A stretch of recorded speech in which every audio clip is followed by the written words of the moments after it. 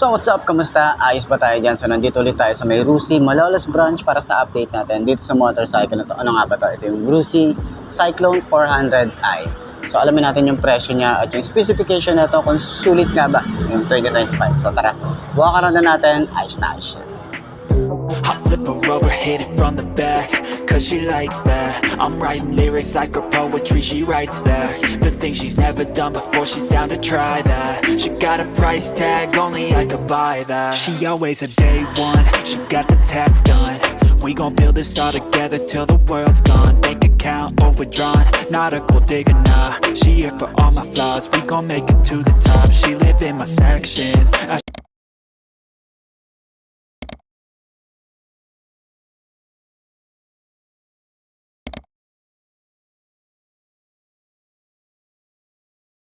So ayun nga mga best, no, sa lahat ng mga nagtatanong, magkano nga ba ang ganitong motorcycle? Ngayong 2025 ay nagkakahalaga na lang din siya ng 250,000 para sa 401cc nitong motorcycle. So ano pa hinihintay nyo? Kung gusto nyo bumili ng ganitong motorcycle, ilalagay ko yung kanilang price dyan sa screen nyo para at least meron kayong reference. At para talaga dun sa mga bibili nitong motorcycle, pwede nyo akong i-PM sa aking Facebook page na iMarkMoto 2.0. Okay, para at least ma-assist ko kayo sa mga kailangan nyo gawin para sa at least magkaroon kayo ng ganitong motorcycle. So, ayun na nga, sa tingin nyo, sulit nga ba ang presyo niya? Comment nyo naman yan. At sa mga nakagamit na ng ganitong motorcycle, baka pwede nyo i-share dyan sa comment section. Ano nga ba yung mga naging experience nyo sa motorcycle na to? Ayos na ayos yan, di ba? So she's rapping. One look at her and you know I ain't second guessing. Never got me stressing. Yeah, she's a blessing. Look her body up and down, got me obsessing. I took her in some pieces. We picked them up on the weekend. Tequila, we keep on drinking till our bodies do the thinking. The mattress is always sinking. The headboard is always squeaking. She gives me all of the feelings. I think I began the healing. We're switching up our positions. My baby is on a mission. She always got my permission to do whatever she wishing. She dressing up like a kid and she be my only addiction. And when she talk.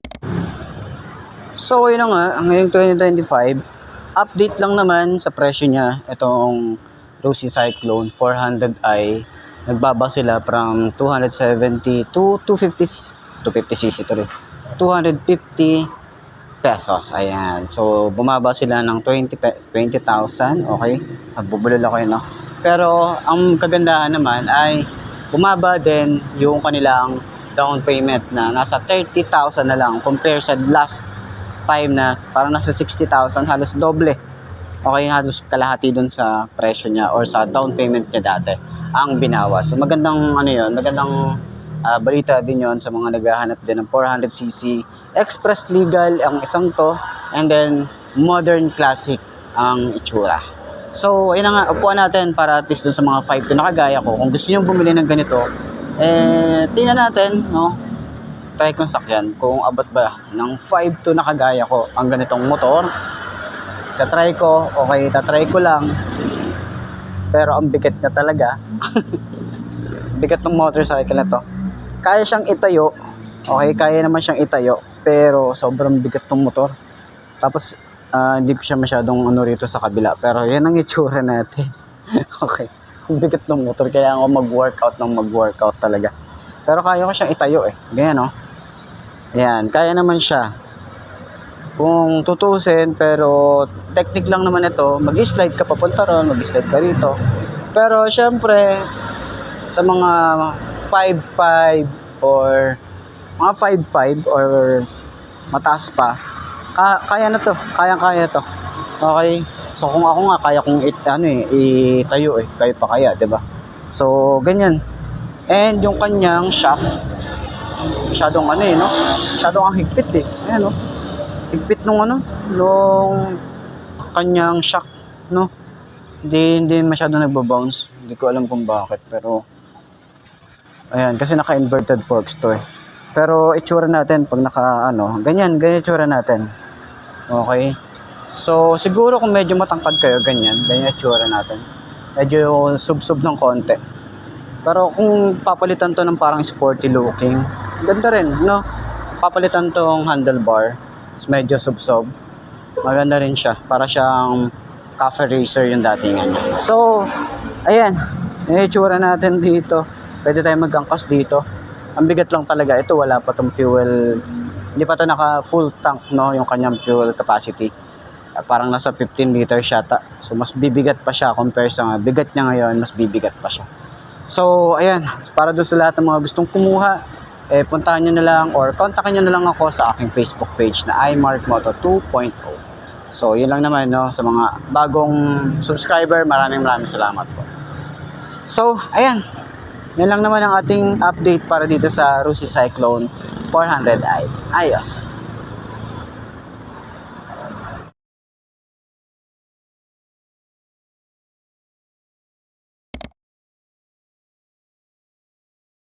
So yun na nga, dun sa mga gustong kumuha ng ganitong motorcycle, quick walk around para dito.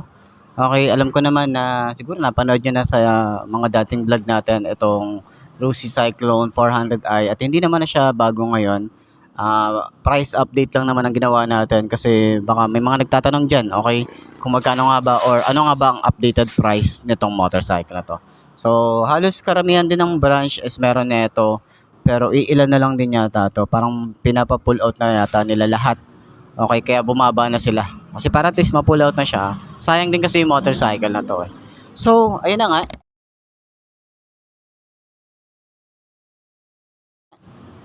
Ito, meron tayong Cyclone na pangalan dito. Tapos meron tayong maliit na fender. Yung ating headlight is naka round style. And then meron tayo ditong digital.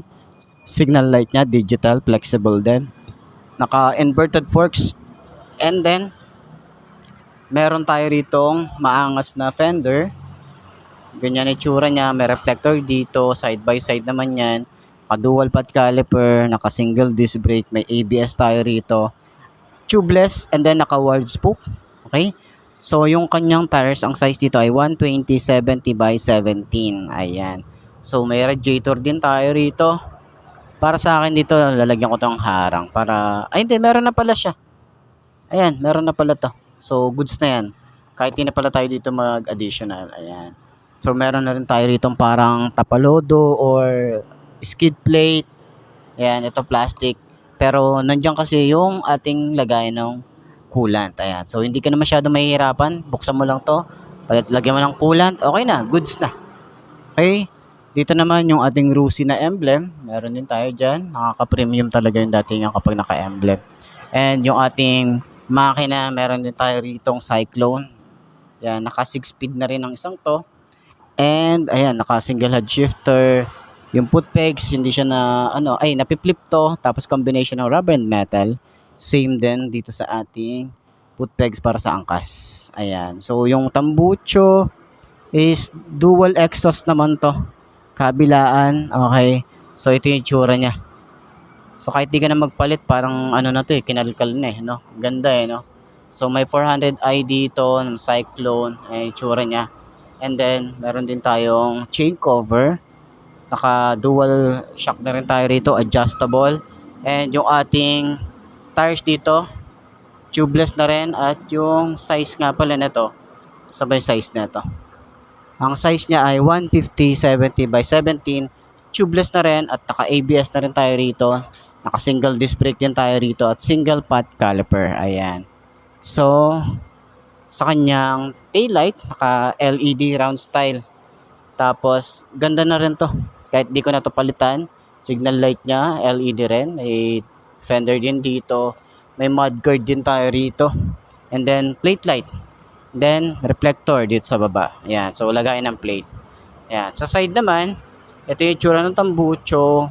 Yung kanyang rear brake pedal. Smooth lang din. Ayan, itsura natin dito. And then, yung gas tank. Malaki din. Yung ating panel gauge is analog and digital combination. And then, meron din tayo rito USB charging port. Ayan. Switches niya, ordinary plastic na ginagamit ni Rusi. Ayan. Kill switch. On and off ng kanyang headlight. Electric starter. And then, yung lever natin dito is adjustable naman siya. Bar end, metal. Yung grip niya makapit.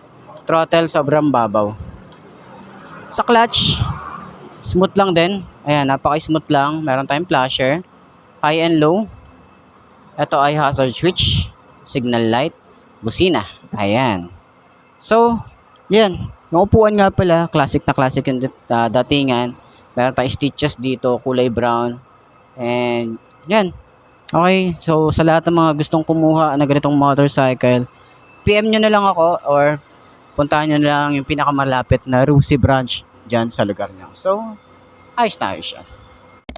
So ayun na nga mga best, no, ito na ba ang motor na babagi sa'yo? Kung ito na nga ay markahan mo na at mag-subscribe ka na sa aking YouTube channel. I-click mo na rin yung notification bell para updated ka sa lahat ng videos na upload natin. Dito araw-araw sila yung tatandaan, wala sa brand na motor ang itatagal yan. Kundi na sa pag-aalaga mo yan, tatagal yan, ayos na ayos yan. So kita ka na lang ulit tayo bukas. I'm Mark D. Ciao. Maraming salamat sa inyo. Babush. Haha. Cause she likes that I'm writing lyrics like the poetry she writes back. The things she's never done before, she's down to try that. She got a price tag, only I could buy that.